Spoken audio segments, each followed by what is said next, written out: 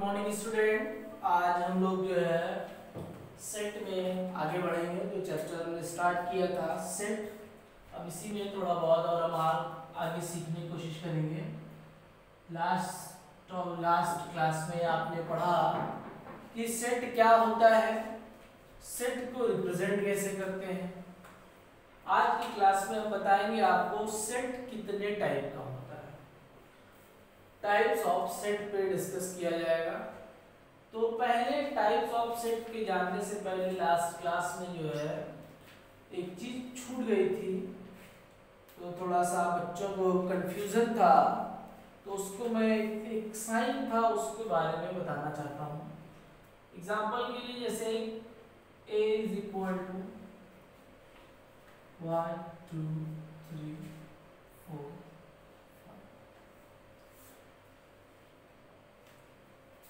एक सिंबल होता है, इस तरीके से ई बनाया जाता है, इसको पढ़ा जाता है बिलोंग टू। बिलोंग और इसी सिंबल में अगर ऐसे क्रॉस का साइन लगा होता है तो इसका मतलब होता है नॉट बिलोंग।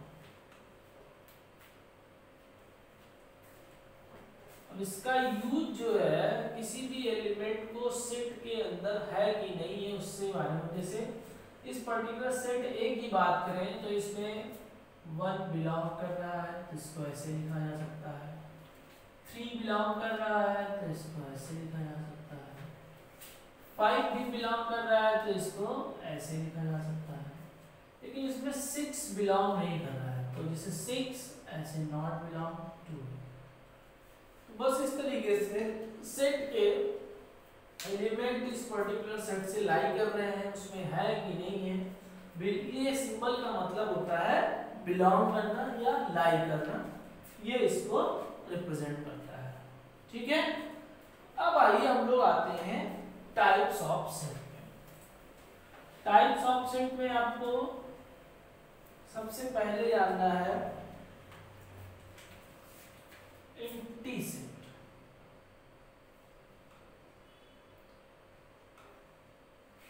इसको void और नल सेट भी कहा जाता है। अब जैसे कि आप लोग लिटरली अगर इनके मीनिंग्स पे जाते हैं, एम्प्टी, void, नल। एम्प्टी का मतलब होता है खाली, void का मतलब भी होता है फ्री या कोई कुछ एलिमेंट बिलोंग नहीं कर रहा है, नल का मतलब भी होता है फ्री। तो सिंपली कहने का मतलब ये है कोई ऐसा सेट जो डिफाइन तो किया गया है लेकिन उस सेट से कोई एलिमेंट बिलोंग नहीं कर रहा है, उस सेट को कहा जाता है नल सेट। आई बात समझ में? अब जैसे कि एग्जांपल के लिए समझने के लिए जैसे कहा जाए, एक सेट डिफाइन कर दिया गया कि x such that x is sister of y, comma where x comma y belong to A and A is boys school. इसको अच्छे से समझिएगा कि एक सेट डिफाइन किया गया है यहाँ पे ए, इसमें कहा गया है x such that x is sister of y where x and y belong to A and A is boys school। ये सेट डिफाइन तो किया गया है। जैसे मान लीजिए कोई स्कूल है जो बॉयज स्कूल है, उसके लिए ये सेट डिफाइन तो किया गया है, लेकिन क्या इस सेट में कोई एलिमेंट आएगा? तो सिंपल सी बात है, जब बॉयज स्कूल है तो वहां पे कोई गर्ल्स तो होगी नहीं, और जब वहां पे कोई गर्ल्स नहीं होगी तो एक दूसरे की मतलब एक जो है दूसरे का सिस्टर कैसे हो सकता है? तो बॉयज स्कूल में गर्ल्स नहीं होगा तो सिस्टर की कोई चांस ही नहीं है।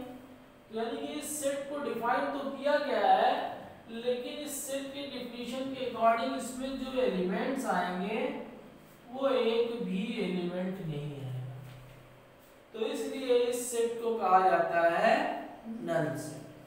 नल सेट को जब रिप्रेजेंट करते हैं तो इस तरीके से भी लिख सकते हैं, या ऐसे एक सिंबल बनाया जाता है जो फाई पढ़ा जाता है, आपने अपने ट्रिग्नोमेट्री में पढ़ा होगा, और ये भी रिप्रेजेंट करता है नल सेट को। तो आगे समझो बच्चों कि जब सेट किसी भी सेट में कोई भी एलिमेंट नहीं होता है तो उसे कहा जाता है नल सेट। अब हम लोग जानते हैं आगे टाइप्स ऑफ सेट में फाइनाइट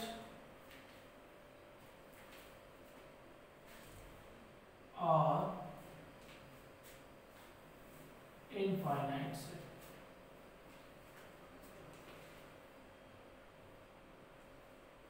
फाइनाइट और इनफाइनाइट जैसे कि वर्ड से ही क्लियर है, फाइनाइट सेट का मतलब ऐसा सेट जिसके एलिमेंट काउंट किया जा सके, वो आपका फाइनाइट सेट कहलाता है। इनफाइनाइट सेट का मतलब ऐसा सेट जिनके एलिमेंट काउंट ना किए जा सके, वो इनफाइनाइट सेट कहलाते हैं। अब एग्जांपल के लिए जैसे कि मान लेते हैं डिफाइन किया गया नेचुरल नंबर लेस देन 10। क्या डिफाइन किया गया? एक सेट ए डिफाइन किया गया, ए is x such that x is natural number where x is less than or equal to 10। और इसी को दूसरी तरीके से डिफाइन किया गया x such that x is natural number। देखिए दोनों में क्या डिफरेंस है। सेट ए जो कहा जा रहा है कि x एक सेट है जिसमें नेचुरल नंबर बिलोंग कर रहा है और वो नंबर 10 से कम या उसके बराबर है, और सेट बी जो है वो नेचुरल नंबर का सेट है। अब ये तो आपका सेट बिल्डर फॉर्म में लिखा हुआ है तो थोड़ी कंफ्यूजन हो रही है। अब अगर इसी को हम रोस्टर फॉर्म में लिख दें दोनों को, तो ए में क्या आ जाएगा आपका 1 2 3 4 5 6 7 8 9 10, ये तो आपका ए में आ जाएगा। और बी में क्या आ जाएगा 1 2 3 4। अब नेचुरल नंबर कहा गया है तो नेचुरल नंबर इनफाइनाइट होता है जहां तक आप काउंट कर सकें, यानी कि डैश डैश डैश डैश। अब देखिए दोनों में क्या डिफरेंस है। सेट ए में हम देख रहे हैं कि 1 से लेकर 10 तक है, यानी कि 10 एलिमेंट है, यानी कि इनके नंबर ऑफ एलिमेंट्स जो है वो काउंटेबल है, उनको हम काउंट कर सकते हैं।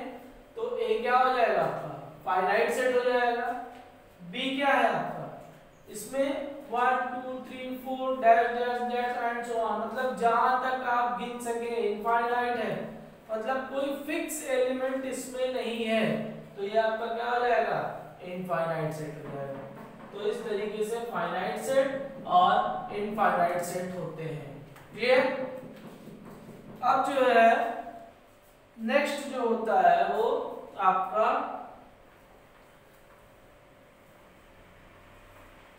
टाइप्स ऑफ सेट में इक्वल सेट।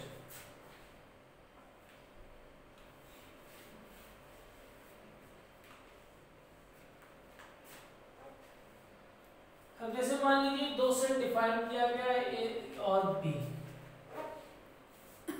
तो set A equal to B का मतलब क्या है? Set A equal to B का मतलब ये है कि जब सेट ए में और बी दोनों का टाइप सेम होगा, मतलब अगर दोनों फाइनाइट है तो दोनों ही सेट ए और बी फाइनाइट भी होने चाहिए, अगर दोनों इनफाइनाइट है तो दोनों ही इनफाइनाइट होने चाहिए। पहली सिचुएशन ये हो गई।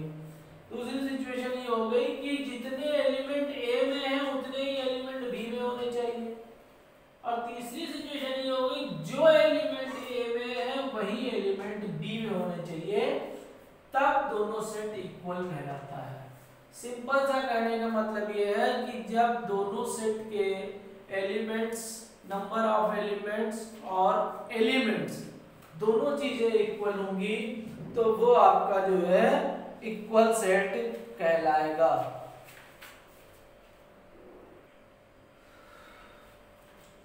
अब आते हैं हम लोग एग्जांपल नंबर 7 पे पूरे इक्वल सेट के कॉन्सेप्ट को समझने की कोशिश करते हैं। एग्जांपल नंबर 7 दिया हुआ है, find the pair of equal set if any give reason. बताना है, जैसे यहाँ पे आप देख रहे हैं A B C D E, ये 5 सेट डिफाइन किए गए हैं और बताना है कि इनमें से कौन कौन से सेट इक्वल हैं, रीजन बताते हो। तो इसके लिए सबसे पहले हम क्या करेंगे, इन पांचों सेट को जो है रोस्टर फॉर्म में लिख लेते हैं, क्योंकि ये सेट बिल्डर फॉर्म में लिखा हुआ है। रोस्टर फॉर्म में लिख लेने से आसानी हो जाती है कि number of set count, element count कर लिए जाते हैं और कंपेयर करना आसान होता है। तो जैसे पहला जो दिया हुआ है वो set A is equal to, एक एलिमेंट है 0, तो पहला तो हमने सिंपली लिख दिया A इज इक्वल टू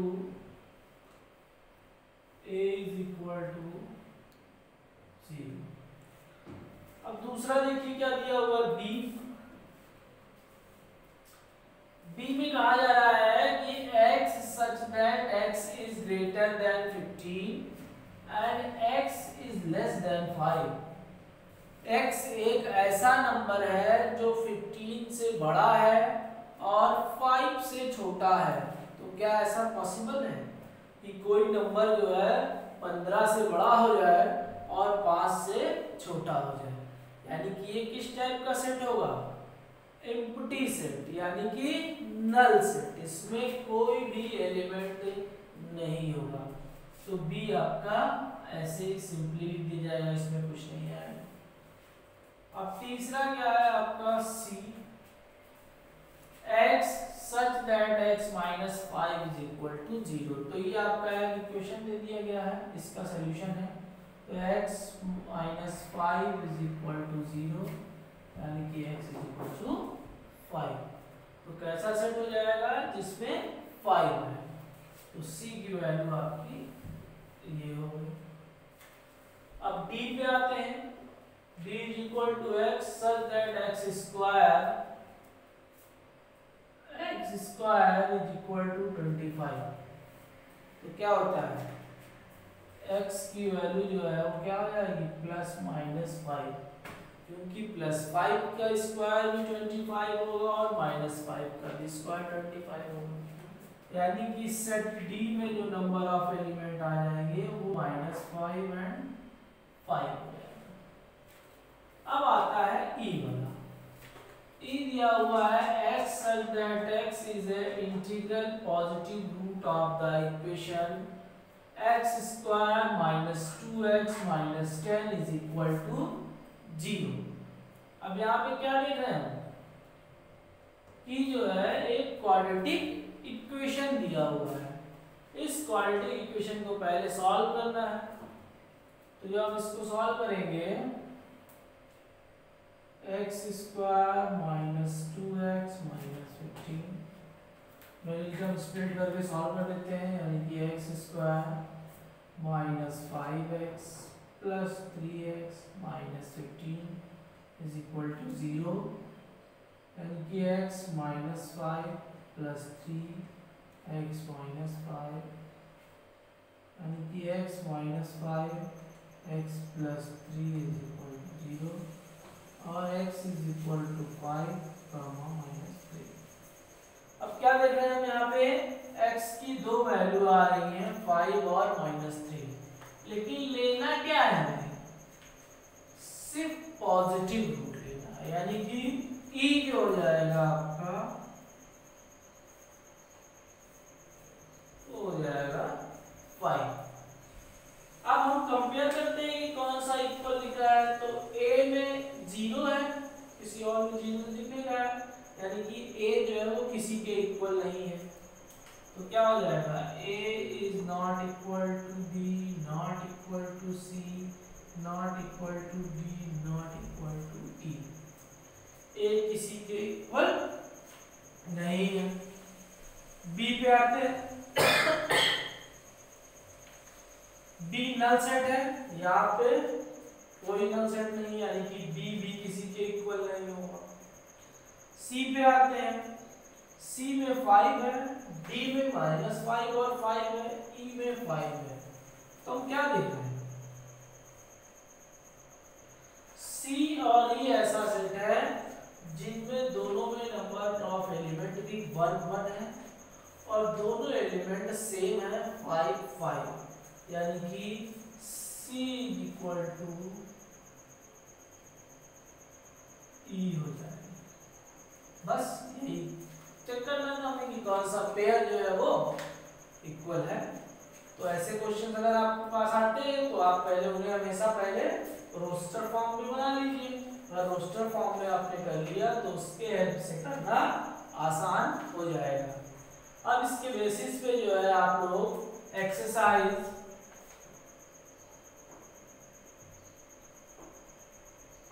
1.2 कर सकते हैं। Okay, thank you class.